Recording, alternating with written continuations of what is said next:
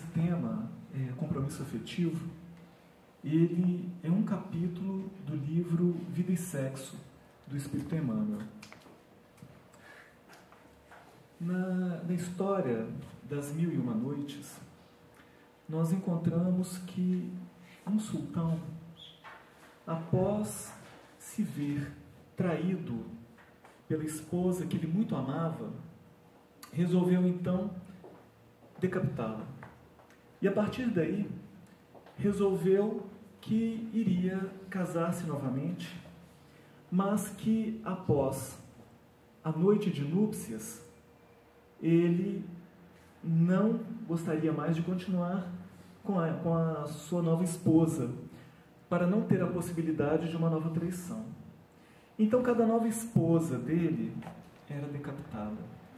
E os rumores seguiam pelo reino, pois ele se casava com as jovens mais belas de seu reino, que após as noites de núpcias desapareciam. Acontece que havia uma moça chamada Sherazade, e ela era filha do vizir. E ela comunicou ao seu pai o desejo de se casar com o sultão. Acontece que o vizir ficou apavorado, porque era ele mesmo quem cumpria as determinações do sultão. Mas a jovem insistiu no seu desejo. E ela era uma pessoa muito instruída, muito culta. Havia lido muitos livros de histórias, de poesias, de filosofia. Após as núpcias, onde tudo já havia acontecido, restou um silêncio. E o que se aguardava é que era no alvorecer, ela iria perder a sua vida. Mas neste entretempo, ela começou a conversar com o sultão. Começou a contar histórias, a falar para ele de uma forma tão especial. E é exatamente dessa forma, porque a fala é uma postura masculina, mas o ouvir é feminino. E todos nós temos esses dois aspectos, do masculino e do feminino. E todos nós temos também dentro de nós um sultão e uma Sherazade. Acontece que a história é muito interessante, muito bela, porque se chama As Mil e Uma Noites. Ou seja, quando se fala mil, está se remetendo ao infinito. Uma noite a mais é o infinito mais uma noite. Então, nessa história, Sherazade conseguiu se manter casada com o sultão infinitamente, por 1001 noites, porque ela encontrou uma forma de não deixar que a atração sexual apenas matasse o relacionamento, porque ela permitiu incluir algo a mais naquela relação, que era a conversa, o diálogo, a amizade e o interesse. Emmanuel, no livro Vida e Sexo, ele aborda então esse tema, compromissos afetivos. E eu tomei o cuidado de pesquisar no dicionário Aurélio, e no dicionário nós encontramos uma definição para compromisso, que é uma definição que está muito dentro de um aspecto mais jurídico, que diz o seguinte: compromisso é o ato pelo qual litigantes se sujeitam a acatar a decisão de um terceiro. Está nessa ordem lá na definição. Obrigação, promessa mais ou menos solene, acordo. E quando se fala de afetivo, está ligado às questões do sentimento, às questões do coração. E Emmanuel, ele traz na introdução deste capítulo, compromisso afetivo, uma passagem que se encontra no Evangelho segundo o Espiritismo, que é o capítulo 17, que aborda o tema sede perfeitos. Mas o tópico que ele separa para trabalhar é sobre o dever.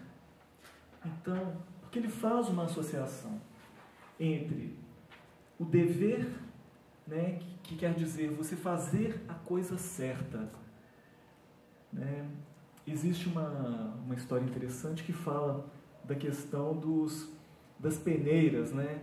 Dos crivos, da gente passar as nossas decisões e as nossas escolhas por 3 questões principais, né? O quero, o posso e o devo. Porque é interessante, né? Se nós temos o livre-arbítrio, nós temos que aprender a utilizar bem essa nossa capacidade de escolher, porque nós já temos o discernimento das coisas. E nós devemos saber exatamente o ponto, o limite do respeito do dever, né? Então, quando se fala diante de uma situação afetiva, posso tal coisa? Perdão, quero tal coisa? Muitas vezes o impulso inicial diz, sim, quero, né? Ok. Mas, logo depois, posso fazer tal coisa? Eu tenho a possibilidade de realizar isso? Ok, a resposta pode ser sim também. Mas quando vem a pergunta do devo, aí é a questão da consciência. Porque vai dizer respeito não só a você, mas ao outro ou aos outros. Porque quantas vezes os assuntos afetivos envolvem outras pessoas? Então você tem que saber se aquilo que você está escolhendo e decidindo vai ser bom para você, vai ser bom para o outro, e se vai ser bom também para todas as pessoas afetadas por essa escolha, por essa decisão. Então é uma questão de consciência. Porque não tem como a gente ferir alguém sem ferir a si mesmo. Impossível. Fica gravado na nossa consciência. São marcas que carregaremos. Muitas vezes as escolhas são feitas de forma impulsiva, mas depois passaremos por situações para lidar melhor com isso, né? Então, todo tipo de vinculação que envolva o sentimento pode ser o casamento, pode ser o namoro, o noivado, mas também o ficar. Porque no ficar, queira ou não queira, acaba existindo um certo comprometimento. Todas as vezes que a gente se envolve com alguém, nós estamos nos envolvendo com todo o ciclo afetivo e familiar e espiritual daquela outra pessoa. Todas as vezes que eu me vinculo a alguém, mesmo que seja com um intuito só sexual, ainda assim há um comprometimento. Porque o que pode advir daí? Né? Outro dia eu escutei a história de uma moça que engravidou de um rapaz que ela tinha acabado de conhecer. E ela estava com a intenção de retirar a criança, né? Então, ou seja, já imaginou que comprometimento que ela não está fazendo? Né? Mas a responsabilidade é dos dois a partir deles, não se conheciam, mas a partir de agora passam a ter algo em comum. Então, a pessoa está disposta a assumir esses riscos das consequências e tudo, né? Então, daí entra a questão do dever, porque o dever é fazer a coisa certa, e a coisa certa, diante disso, o que é? Né? Cada um com a sua consciência. Mas a gente sabe muito bem qual é a resposta. Emmanuel, ele fala a respeito do namoro, que o namoro é um suave encantamento e um doce mistério. Exatamente porque esse encantamento tem a ver com aquela questão da magia, né? Quando a gente assiste nos filmes, que a pessoa, quando ela está encantada, ela não está lidando muito bem com a realidade, não. Ela está com a mente dela voltada para um objetivo, para algo, e ela passa a ver a outra pessoa de forma, geralmente, idealizada. Porque se as pessoas vissem completamente o outro como ele é, não haveria apaixonamento. Então existe esse encantamento mesmo, que é para que as pessoas possam se vincular. E um doce mistério, porque ninguém sabe o que está por detrás realmente da vida, da história, dos pensamentos da outra pessoa. É só convivendo para conhecer, para descobrir. E pode ser uma viagem maravilhosa. né? Mas nesse primeiro momento, a gente passa por isso. É como se fosse assim, aquele mel que é para chamar a atenção. Depois vem alguns trechos amargos também, mas muitas vezes fica mais tempo no doce do que no amargo. E mesmo o período do namoro, ele é um período muito importante, porque ele é um período de conhecimento do outro, né? Ele é um período também de treino de maturidade, da afetividade. É um treino também de compromisso e de fidelidade.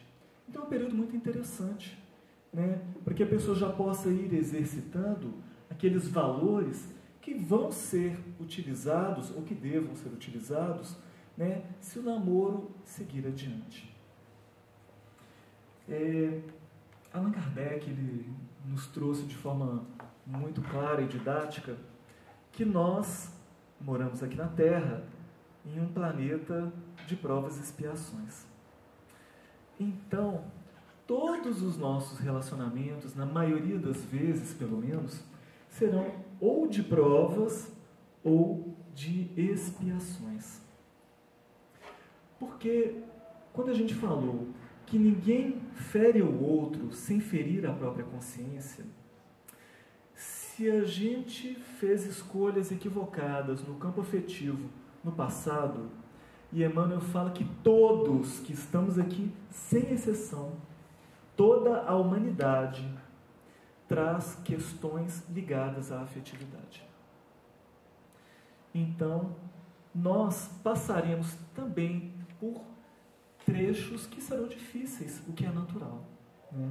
Mas quando se fala de expiação ou de provas, Joana de Ângeles, ela fala o seguinte, que as expiações são aquela cirurgia para corrigir um mal maior, né?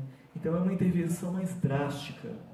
No caso da expiação, a pessoa não tem escolhas.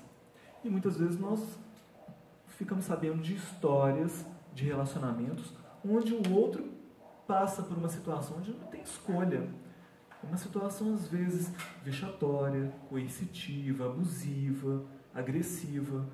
E por mais que a pessoa tente, ela não consegue se livrar dessa situação. Quantos relacionamentos não terminam em morte?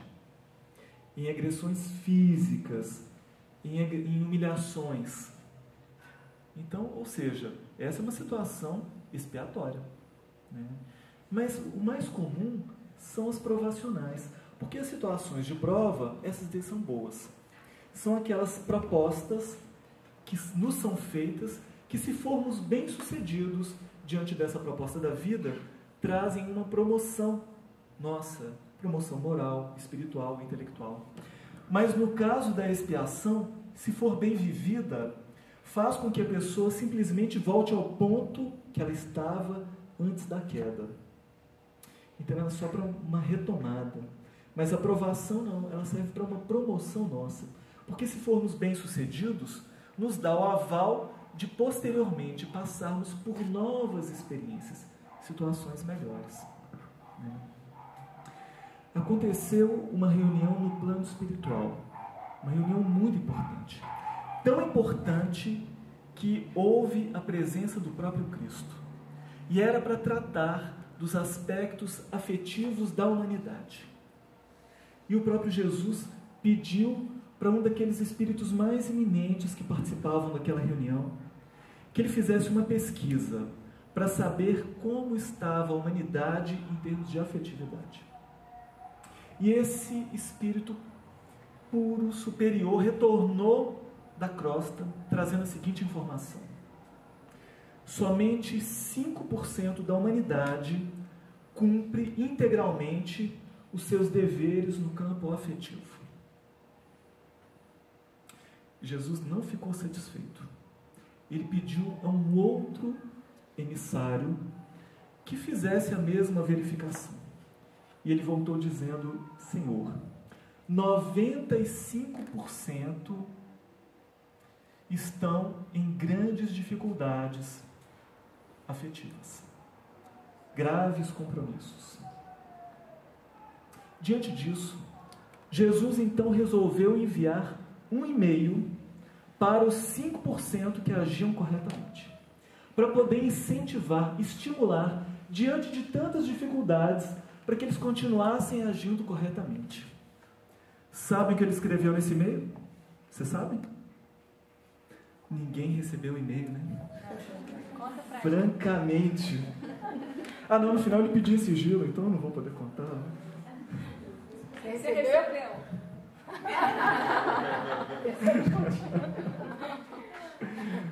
Mas, apesar da brincadeira, isso não foge muito, não.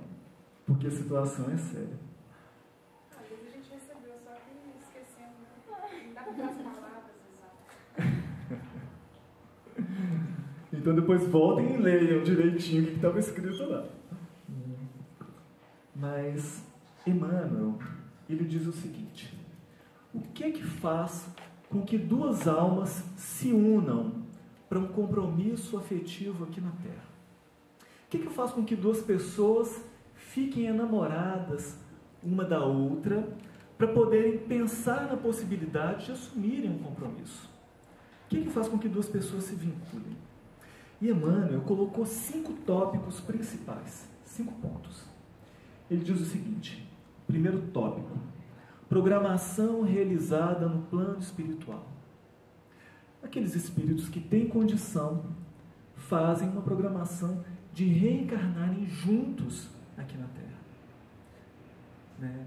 Então a gente se lembra do livro Nosso Lar, quando Lísias, né, estava noivo no plano espiritual. Noivo, por que ele estava noivo? Porque ele iria se casar no plano espiritual. Mas ele iria se casar para quê? O plano espiritual tem casamento? Ué, tem. Se aqui a Terra é uma cópia imperfeita do plano espiritual, lá existe casamento. A diferença é que o que move os espíritos para se casarem lá é um sentimento puro e verdadeiro. E aqui na Terra não. Tem pessoas que se casam por interesses econômicos, para subir socialmente, para adquirir cidadania e por aí vai. Tem muitos motivos. Né? Lá não. Lá é porque existe esse interesse real. Então, para que eles iriam se casar? Para treinar no plano espiritual. Né? Para que quando eles se reencontrassem aqui na Terra, a chance de acertarem seria maior. E a gente não faz isso no plano espiritual? A gente não treina agir no bem lá para despertar os nossos melhores sentimentos, para que quando a gente estivesse reencarnado e passasse pelas situações difíceis, a gente não desse conta de sermos bem-sucedidos? É a mesma coisa. Então existe essa programação. Mas não é todo mundo que programa no plano espiritual que está ali tete a tete com o outro, não. Porque a mãe de André Luiz também programou o casamento dela, né, aqui na crosta. Ela iria casar de novo com aquele que havia sido marido dela na encarnação anterior. A única diferença é que ela estava em um plano superior a Nosso Lar. E o marido dela estava preso em situações difíceis no umbral. Mas ele iria reencarnar e ela viria logo depois. Os dois se encontrariam aqui em um casamento. E aí? Né? Que tipo de casamento seria um? Que tipo de casamento seria o outro? Porque se o pai de André Luiz estava no umbral, não era à toa que ele estava lá. Foi por causa das quedas afetivas dele. Ele estava vinculado a 2 entidades que ele havia se comprometido aqui na Terra, enquanto ele estava casado. E a programação é que essas 2 entidades viriam como filhas do casal. Então seria uma família, provavelmente com certos conflitos, né? 3 vindos direto do umbral para cá, sem ter tido a devida preparação. Por mais que haja uma educação, existe a tendência do espírito. Mas o segundo ponto que Emmanuel coloca, que o que faz com que os espíritos se encontrem aqui na Terra e se enamorem, é o seguinte: experiências no campo sexual em vidas passadas. Ou seja, pessoas que tiveram contato sexual em outra vida, se por um acaso se encontrem aqui agora, vai ter a grande possibilidade de se sentirem atraídos novamente um pelo outro. Fica marcado lá, fica gravado. A pessoa está conhecendo agora, mas em espírito existe uma sensação de que já conhece. E já existe até, às vezes, um certo condicionamento pelas experiências que já tiveram. Então, vão se sentir atraídos também. Mas aí, nesse caso, eu acho que tem uma opinião. No caso, por exemplo, das pessoas que vendem um pouco, né? Quer dizer, são várias. Na próxima vai ser bem complicado, então. Assim, pode cair no mesmo erro. O que vai acontecer é que fizeram tantas vezes isso que vão se sentir no impulso de fazerem isso repetidamente. Vai surgir também.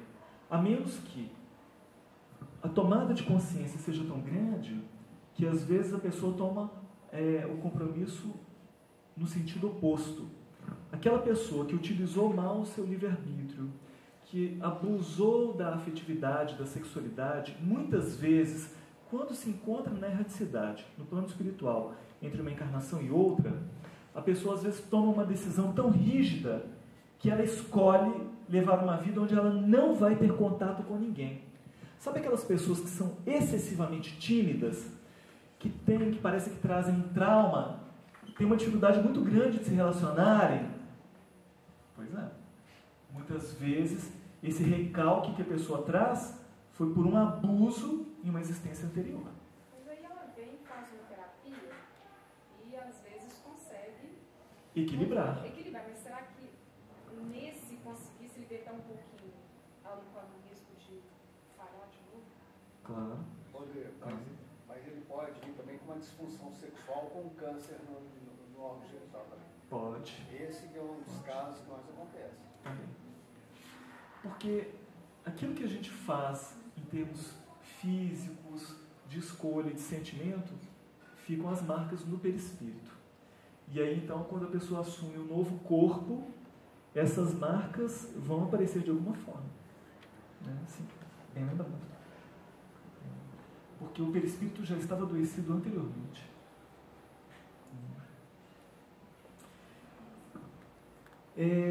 A terceira possibilidade que Emmanuel coloca tem a ver com cumplicidade em delinquência passional em outras vidas.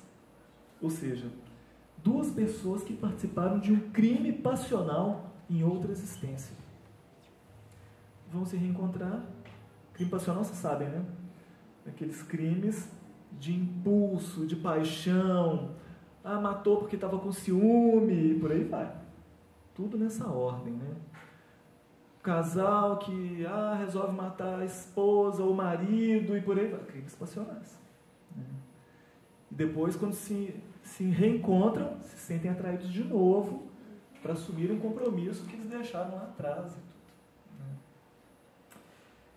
Né? Mas tem gente que fica achando que os encontros são todos assim, de alguém que já conhece. Né? Que já conheceu, que já teve alguma experiência. E se a gente pensa na história da humanidade, porque Emmanuel coloca nesse capítulo, ele faz uma comparação. Ele fala assim, que todos nós sabemos que as guerras causam inúmeras vítimas, muitos danos, mas que as pessoas, na maioria das vezes, ignoram que no campo afetivo os danos são tão graves quanto os das guerras.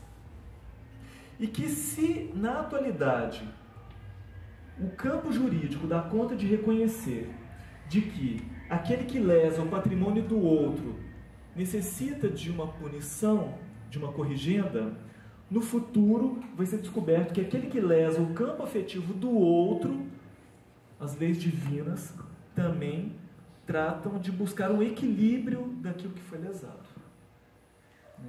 Porque na atualidade não existe nada juridicamente que fale que se a pessoa terminou um relacionamento porque ela quis, do nada, aquele outro que ficou lesado, o problema do outro. Cada um que siga a sua vida. A visão ainda é muito egoísta.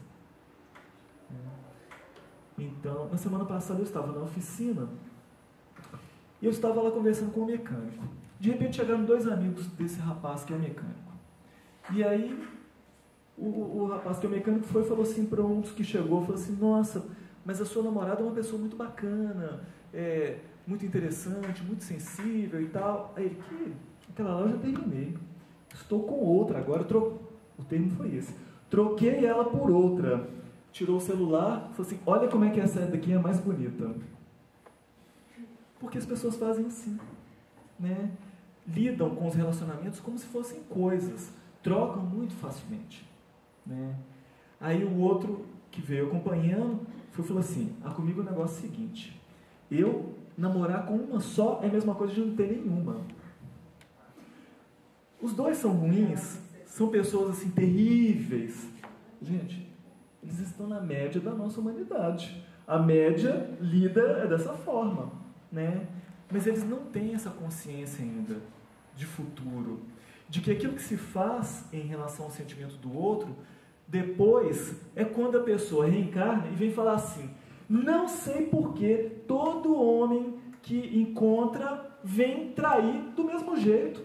Todo homem que encontra trai. Aí vem falar assim, não, mas o homem é tudo igual. Todo homem que ela dá conta de enxergar é igual. Porque ela traz dentro de si a marca de um homem que trai. Ela vai ter que trabalhar dentro de si essa figura de homem que ela tem, para poder encontrar um homem diferente. E o rapaz a mesma coisa.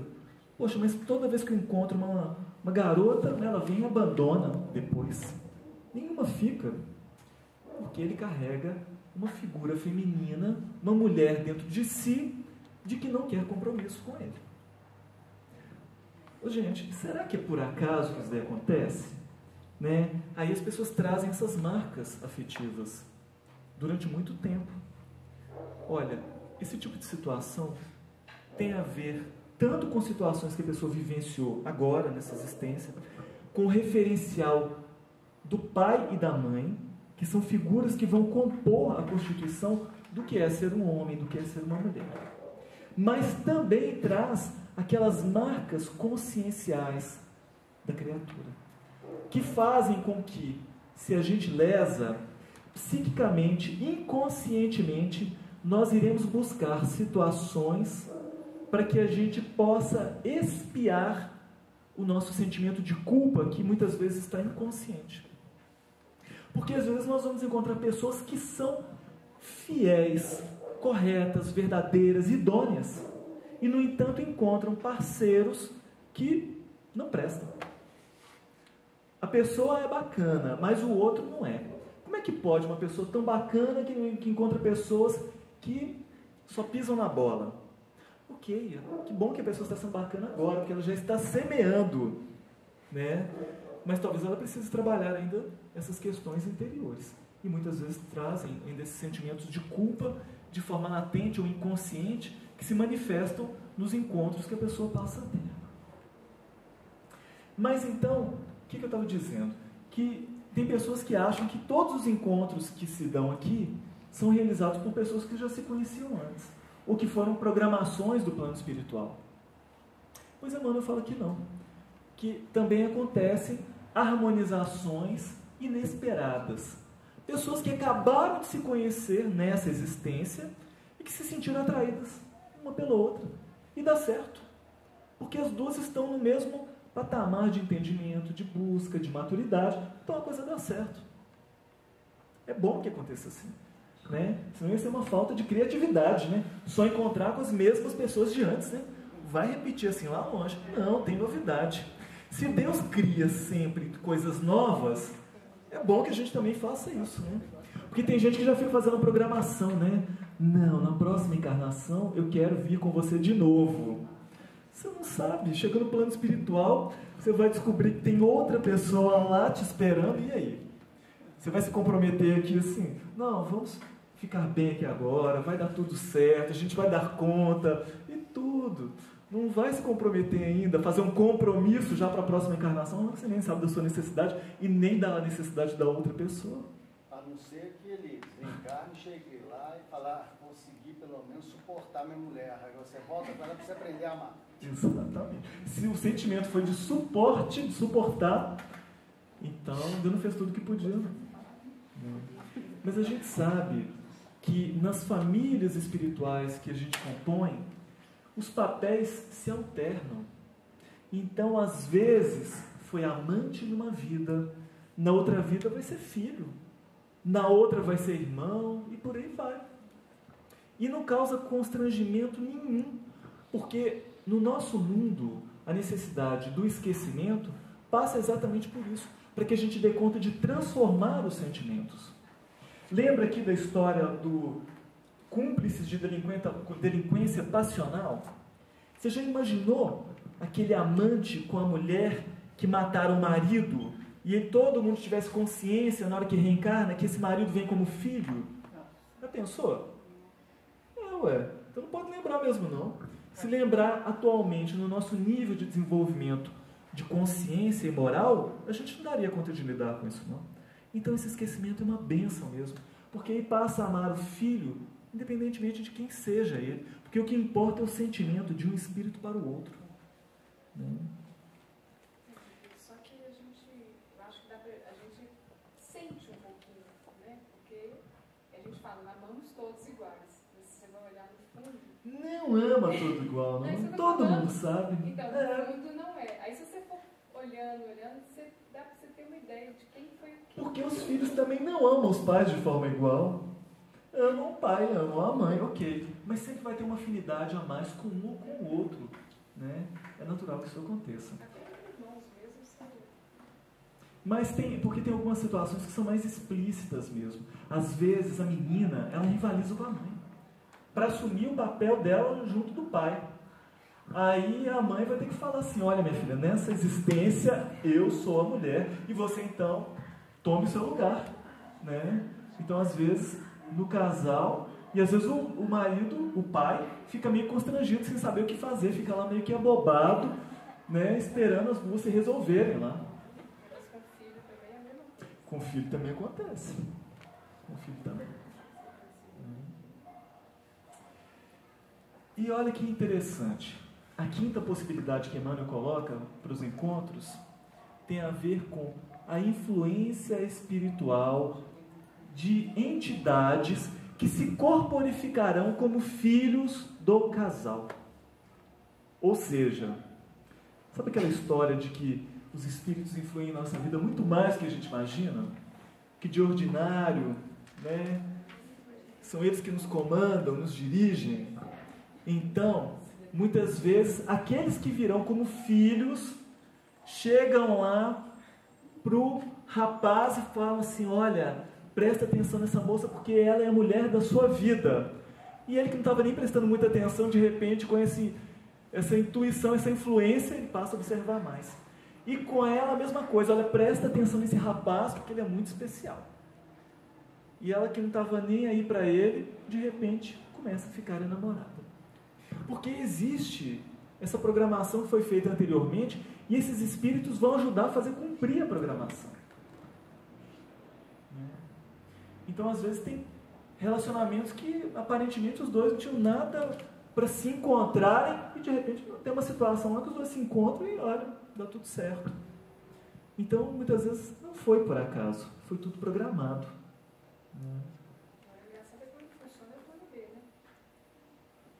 Ou C, ou D, né? Porque hoje em dia o povo tem tentado de tudo, né? Então, aí as pessoas vão perguntar, mas será que o plano B foi programado também? Né? Não existe programação de casar, de separar para que o segundo ou terceiro casamento é que vai dar certo. Não. A programação real é do primeiro. Né? Se não der certo, ninguém vai perder a encarnação por conta disso, não. Mas tem aquele que quase chega e não vai. Não casa. Você fala, nossa, não tem tempo. Mas se período de namoro é para conhecer, então, se está no período de namoro, vá lá. Agora, tem muitos que não casaram propriamente, mas estão casados. E é outra coisa grave, que as pessoas não assumirem qual é o tipo de relacionamento que tem. Então, por exemplo, eu conheço um casal que eles moram juntos na mesma casa, dividem as contas há 2 anos.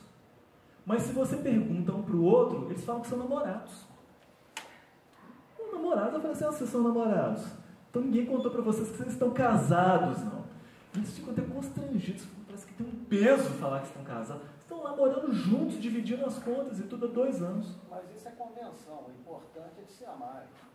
Mas sabe qual que é o problema de não assumir propriamente? Mas está assumindo quem está 2 anos casado e se ama, pode falar que está casado, se não é casado, se está junto, mas o importante é os dois se respeitar e viver bem. Não? Ah, Mas mas... ela está entendendo assim, que a pessoa não assume o casamento para não ter aquela... achar aquela responsabilidade, não estou namorando, qualquer coisa eu posso separar. Exatamente. Porque o que acontece depois é que aí aparece uma terceira pessoa e o rapaz fala assim, olha, a gente vai terminar e tudo, porque agora eu vou assumir um outro relacionamento. E na cabeça dela, os dois estavam casados, tinham um compromisso para toda a vida. E na cabeça dele era só um namoro. Por isso que é importante assumir. Né? Outro dia eu escutei de um casal que usou aliança o tempo todo e de repente, do nada, um perdeu a aliança e aí ficou aquele impasse. Ah, não vou gastar dinheiro com outra aliança não, para que isso? O importa é o nosso sentimento e tudo. Mas vamos pensar o seguinte, na nossa cultura, para que serve a aliança? Não é para caracterizar que existe um compromisso? Se até adolescente, quando está namorando, mete uma aliança desse tamanho aqui no dedo, se está casado, por que não vai usar aliança na nossa cultura? Tem que usar. É bom usar. A menos que os dois façam um acordo de que não tem problema não. Então, nenhum dos dois usa, porque para os dois está tudo bem. Mas se um gostaria que usasse e o outro de repente não, aí já vai gerar um conflito, uma confusão. Melhor usar. Melhor usar. Se não está querendo usar, tem coisas para serem trabalhadas aí. Qualquer coisa, depois Com os filhos certeza. vêm e cobram. Como é que os filhos cobram? Pode chegar a cobrar, ué. Pois é. Então, como é que se dá pessoalmente a questão da escolha do parceiro? Por que nem sempre as escolhas são acertadas? Ou será que são? Né? Hã? Ninguém ia ter dificuldade com esse lado se fosse acertado nisso. Bom, primeiro a gente vai pensar o seguinte. Se a gente está num planeta de provas e expiações, que a marca da grande maioria dos espíritos que estão encarnados aqui, a grande massa, são espíritos imperfeitos, somos espíritos imperfeitos, então a gente vai saber o seguinte, que qualquer pessoa que a gente se relacionar, nós vamos ter grandes dificuldades, sim. Por quê? Uma das possibilidades da imperfeição é errar. Então as pessoas vão ter que trabalhar muito, elaborar muito no relacionamento para fazer com que ele dê certo. Não existe relacionamento que nasça pronto. Todo relacionamento ele tem que ser construído, né, para que ele dê certo. Então qualquer compromisso afetivo para dar certo, tem que haver gasto de energia para isso. Né? Tem que haver desejo, vontade para que as coisas aconteçam. Porque não existe falar assim, olha... Ah, fulano de tal é feliz porque deu sorte. Ninguém dá sorte em relacionamento, não. Ninguém dá sorte, não. É saber fazer escolha, né? É saber pensar, porque no período do namoro já aparecem muitas coisas. Se já aparece no período do namoro e a pessoa aceita mesmo assim, achando que vai mudar depois do casamento, aí vai simplesmente lidar com as consequências da escolha que a pessoa fez. Porque já sabia antes. Todo mundo sabe, porque depois que casa e acontecem as coisas... A pessoa bem que na época do namoro tem que já fazia isso, mas não fazia tanto não. É lógico, ainda estava no período da conquista, você acha que vai fazer? Ué, se fizer não casa, né? Ou se fizer não fica junto, então só vai fazer parcialmente. Mas já mostra as tendências do que a pessoa tem a possibilidade de encontrar. Então essa escolha, ela tem a ver com a maturidade também de cada um. Porque o ideal é a gente escolher alguém que seja muito mais evoluído que a gente espiritualmente. De preferência. É lógico. Se a gente escolhe alguém que está no mesmo patamar, maravilha. Mas na maioria das vezes, os relacionamentos aqui na Terra, um está num nível, o outro está no outro. De entendimento, de evolução e tudo.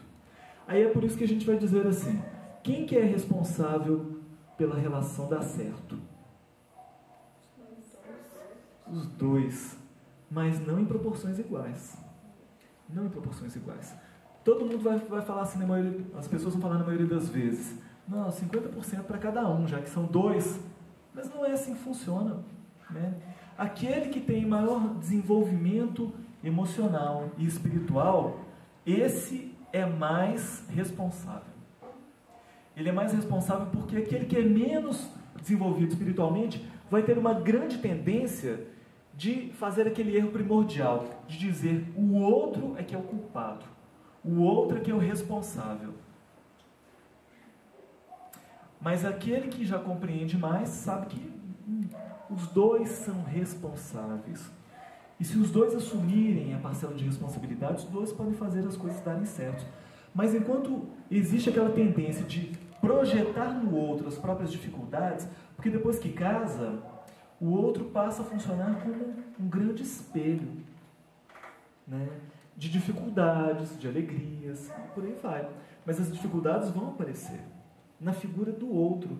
Mas não quer dizer que o outro é que seja a dificuldade. O outro está só espelhando as minhas dificuldades. Porque se eu já tivesse superado isso, eu tiraria de letra quando o outro refletisse. Não faria questão para mim. Mas se faz questão para mim as dificuldades do outro, é porque eu também tenho um reflexo disso em mim. Né? Aí Rubem Alves, ele vem trazer um texto muito legal, muito interessante, que fala sobre relacionamento, que é aquele texto que se chama Tênis e Frescobol. E ele faz uma comparação muito interessante. Ele diz o seguinte: existem dois tipos de casamentos, de relacionamentos. O do tipo tênis e o do tipo frescobol. Ele faz uma comparação dizendo o seguinte, que os relacionamentos do tipo tênis são terríveis. São aqueles que causam muito sofrimento. Mas os relacionamentos do tipo frescobol são uma fonte de ventura imensa para os casais que dão conta de vivenciar assim a relação. Aí ele diz o seguinte: tanto o tênis quanto o frescobol jogam-se duas pessoas, duas raquetes e uma bola. Mas as semelhanças param por aí. Porque qual que é o objetivo do tênis? É cortar o outro. É mandar a bola tão difícil de forma que o outro não consiga pegar. No tênis existe uma rede que demarca o território. Passou do território, é falta. O outro não pode atravessar esse território. O objetivo então é fazer com que o outro perca. No tênis, só um que ganha. Terrível, não? Para se falar de um casamento, só um que vai ganhar. Né? Porque é aquela situação do casal que quando entra numa discussão, porque a bola é o diálogo, é a conversa. Né? Então no tênis, as jogadas são extremamente agressivas. Né? Então, naquele casal que está se relacionando, um relacionamento tipo tênis, se utiliza a palavra para detonar o outro, para colocar o outro em má situação, para se afirmar constantemente que o outro é que está errado. É assim que se faz. Busca-se a fragilidade do outro para que o outro erre. E quantas vezes, por invigilância, nas discussões, as pessoas não vão marcar exatamente o ponto fraco do outro, insistentemente. São casais que estão vivendo um relacionamento tipo tênis. Porque os casais que vivenciam os relacionamentos tipo frescobol, o objetivo do jogo é fazer com que o outro acerte, né? Com que a bola permaneça em jogo o maior tempo possível. E se porventura o outro mandou uma bola de mau jeito, ele vai tentar pegar a bola e mandar da melhor forma possível, porque sabe que o outro não teve a intenção de mandar mal a bola. Se um erra... Oi? Frescobol? Aquele jogo que o povo joga muito na praia. Tem uma raquete, uma bolinha de borracha, e eles jogam batendo assim embaixo. É o frescobol. Muito semelhante ao tênis. Né? Só que as regras são essas diferenças, são essas diferentes. Né? Então, no relacionamento tipo frescobol, utiliza-se os sonhos, as palavras, as colocações, para poder fazer com que o outro se sinta bem. Né? Há o elogio, há o reconhecimento da figura do outro. Então é muito bom um relacionamento que funciona dessa forma. Se porventura alguém erra, imediatamente ele pede desculpas, né? Porque o objetivo é o bem-estar do casal. Porque no caso do frescobol, se a bola cai, os dois perdem com isso. É que um é adversário, o outro é parceiro. Né? Exatamente. Essa é a diferença primordial, né? Então, os relacionamentos tipo tênis estão fadados ao término, né? Mas os relacionamentos do tipo frescobol têm a possibilidade de durarem por muito, muito tempo. Então, Nietzsche dizia o seguinte, que antes de você se casar, faz uma projeção, faz um exercício de futurologia. Você consegue se ver conversando com alegria, com naturalidade, sentindo bem-estar com a pessoa, mesmo na velhice? Se você consegue ver isso, é porque esse relacionamento tem tudo para dar certo. Porque depois que se passam aquela atração inicial, que tem muito a ver com a aparência física, com o corpo, o que faz com que o relacionamento dê certo é o jeito de ser do outro, são os interesses, é a capacidade de diálogo, é o vínculo de amizade, de compromisso que se estabelece entre o casal. Então é isso daí que mantém os dois juntos, né? Então, fazer esse exercício é muito importante, né? Mas ainda assim tem pessoas que ficam achando assim que tem que encontrar a alma gêmea, né? E tem gente que fala assim, enquanto eu não encontro a pessoa certa, eu me divirto com as erradas, né? É a forma descartável que as pessoas têm de lidar com os relacionamentos. Mas, e aí? Existe alma gêmea mesmo? Existe aquela pessoa assim, que vai completar plenamente? Será que existe? Porque na mitologia grega se falava lá do mito dos andrógenos, que eram criaturas que tinham 4 pernas, 4 braços, 2 cabeças. Eram criaturas plenas, completas. Elas traziam o gênero masculino e feminino. Elas eram hermafroditas. Eram criaturas que se bastavam a si mesmas. E eram tão possantes, tão potentes, que os deuses começaram a ficar temerosos. Zeus, para evitar um problema maior no futuro, partiu todos os seres andrógenos ao meio, dividindo em 2 metades. Ficou uma polaridade masculina para um lado, uma polaridade feminina para o outro. E essas criaturas tinham a necessidade de encontrar a sua outra metade, aquela metade que a completasse para que ela se sentisse plena novamente, como ela já se sentiu um dia. É daí que vem o mito das almas gêmeas, né? Mas e aí? A alma gêmea existe?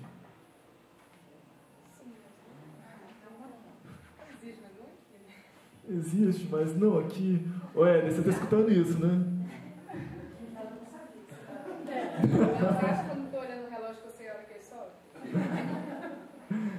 Pois é.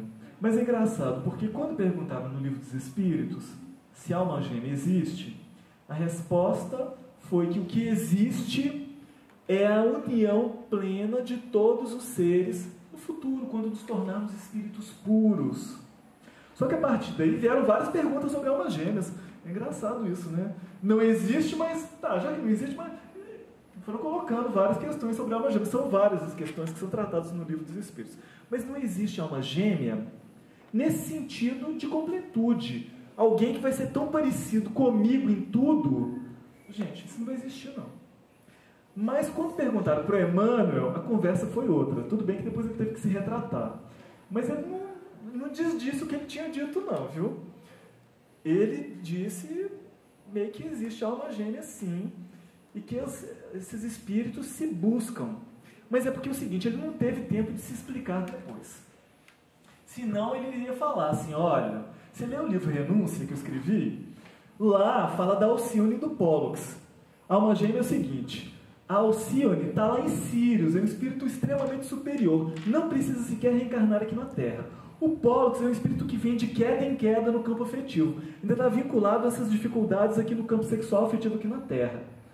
A alma gêmea é o seguinte, a Alcione abriu mão de estar lá em Sírios para reencarnar aqui na Terra para tentar auxiliar o Pólux. Isso aqui é a alma gêmea.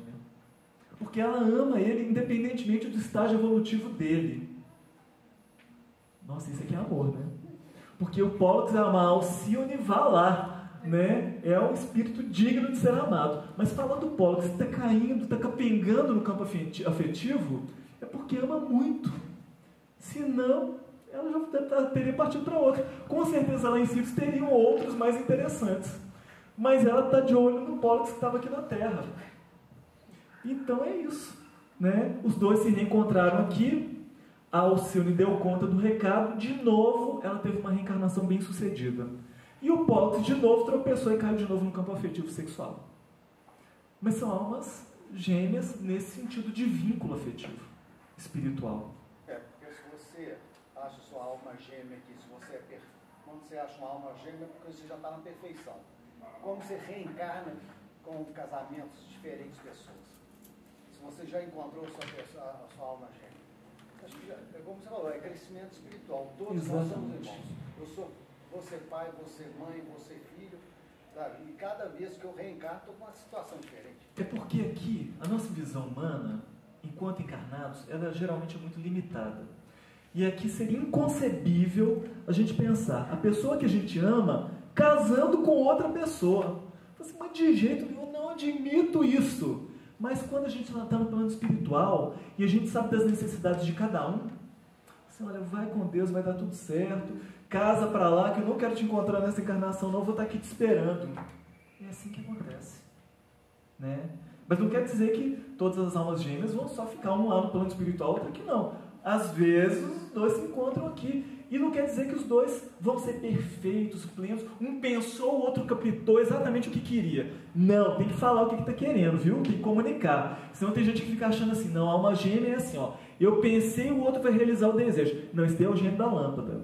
A história é outra. Não é a alma gêmea, né? Pensou e o outro realizou, é gêmeo da lâmpada. Não é a alma gêmea, não. Então, a alma gêmea é o seguinte, tem que trabalhar para construir a relação. Tem que fazer as coisas o mais certo possível, tentando acertar, se comprometendo, amando muito, para que aquela relação dê certo.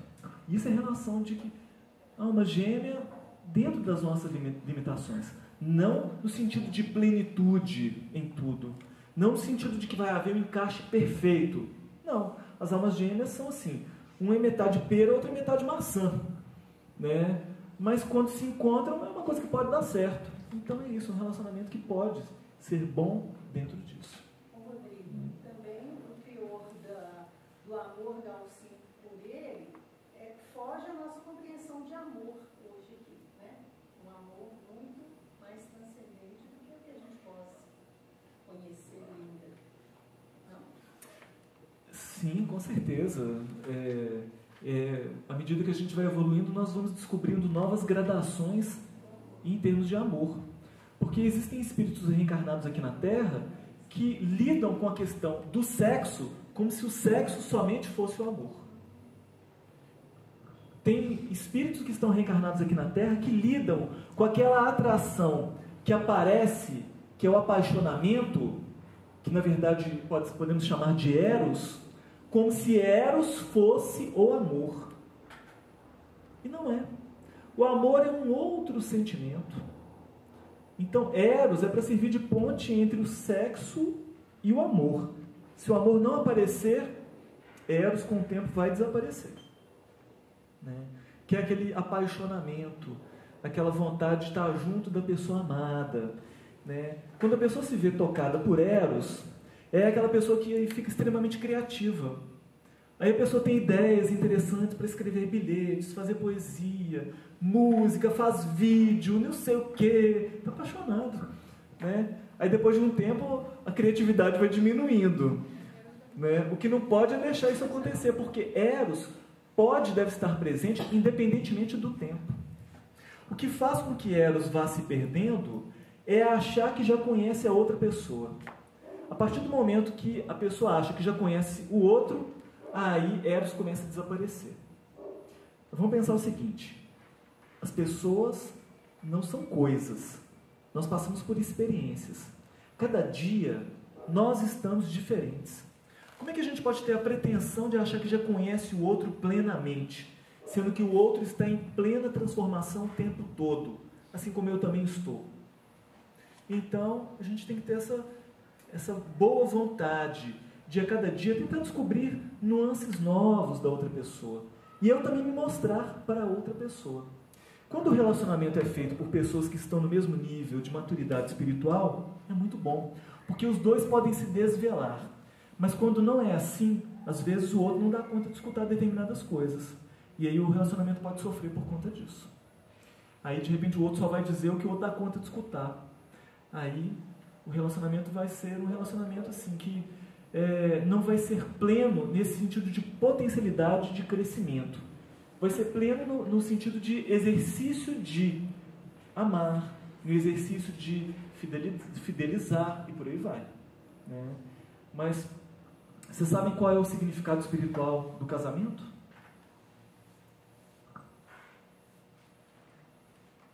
Sabem qual é? Porque existe um motivo para casamento, né? O casamento não estaria dentro das leis divinas se não houvesse um sentido maior para isso. O casamento não seria um avanço para a humanidade se não houvesse um sentido maior para isso. Mas qual que é o significado espiritual do casamento? O casamento vem a família. A família vem aonde tem os nossos compromissos. Né? E o casamento, acho que ele acaba... a gente vai... nós vamos... um treinamento mesmo. A gente vai trabalhando aqueles pontos, né, quando a gente dá conta, né, antes de se nos separa, a gente vai tentando trabalhar aqueles pontos negativos. Né, assim. A gente vai se lapidando na relação. Sim, mas esse é um dos aspectos do casamento, aqui na Terra. Né? Eu se lapidar, eu se conhecer, eu se burilar. Mas o significado espiritual do casamento é amar, aprender a amar. Para que pelo menos em relação a uma pessoa, a gente dê conta de exercitar este amor, que no futuro vai ser por toda a humanidade, por todos os espíritos, por todos os seres. Então esse é o sentido, da gente começar a treinar pelo menos com uma pessoa. Pelo menos de forma egoística, a gente começa a exercitar a questão do amor. Começa com um, é assim mesmo. Né? No futuro nós conseguiremos amar com intensidade, com profundidade, com desinteresse, indistintamente. Né? Aí nós já estaremos todos ligados, que é aquilo que os Espíritos responderam lá, da união total de todos os Espíritos e tudo. Né? Mas isso não é pra gente agora não, viu? A gente não... Vamos reencarnar alguns bilhões de anos até a gente conseguir esse estágio assim, luminoso. Né? Gente, nosso tempo acabou. Sim. Só com o casamento? Quem não casou? Como vai aprender esse amor? Você sabe que isso daí é tema para uma outra discussão. Quem não casou, como é que fica? Então vamos mais 5 minutos, né? Bom, quem não casou é o seguinte.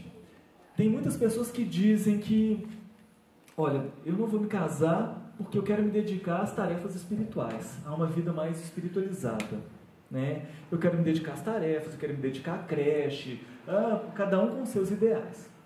Mas vamos pensar o seguinte, será que a atividade espiritual ela é incompatível com casamento, com relacionamento afetivo? Ou será que algumas pessoas sabem que vai dar menos dor de cabeça e menos trabalho ficarem sozinhos? Porque relacionamento é complicado mesmo. Então a pessoa prefere ficar na sua separatividade do que ela buscar se relacionar com alguém e saber que em algum momento ela vai ter dor de cabeça. Então, para evitar de ter que tomar Doril, ela fica sozinha e não se vincula, não se compromete. Essa pessoa vai se desenvolver, vai crescer? Vai, também, lógico que vai. Toda reencarnação é possível de desenvolver, mas numa reencarnação onde a gente se permita se vincular a alguém, a gente se desenvolve mais porque ela fica mais enriquecedora. Tem um nível de complexidade maior, porque a gente tem que lidar com a gente, com o outro, dentro de uma casa, quando surgem os filhos, com os filhos também, por aí vai. Então o grau de complexidade numa família que a gente constitui é muito maior. Então a possibilidade de crescimento afetivo é maior também por conta disso. Mas não quer dizer que se não casou, que está perdido. Não, é uma possibilidade. E às vezes a gente sofre com isso daí também, se não casa. Para que o espírito se prepare para na próxima encarnação casar. O que não fez agora vai fazer na próxima. Então, às vezes, abusou da afetividade na existência anterior, fala para não ter problema, não vou me relacionar com ninguém nessa, e não se relaciona. Mas o ideal é o meio termo, né? É não se comprometer negativamente, mas também não ficar sozinho. Porque são raríssimos os espíritos que vêm para uma reencarnação missionária que não devem se casar. Raríssimos. É tipo Francisco de Assis, Francisco Cândido Xavier, Madre Teresa. Esses não vêm para se casar. A grande maioria deveriam de passar por essa experiência. Quando não se diz que não casou, mas está ajudando a criar um sobrinho. Não vale isso. Não vale. Né?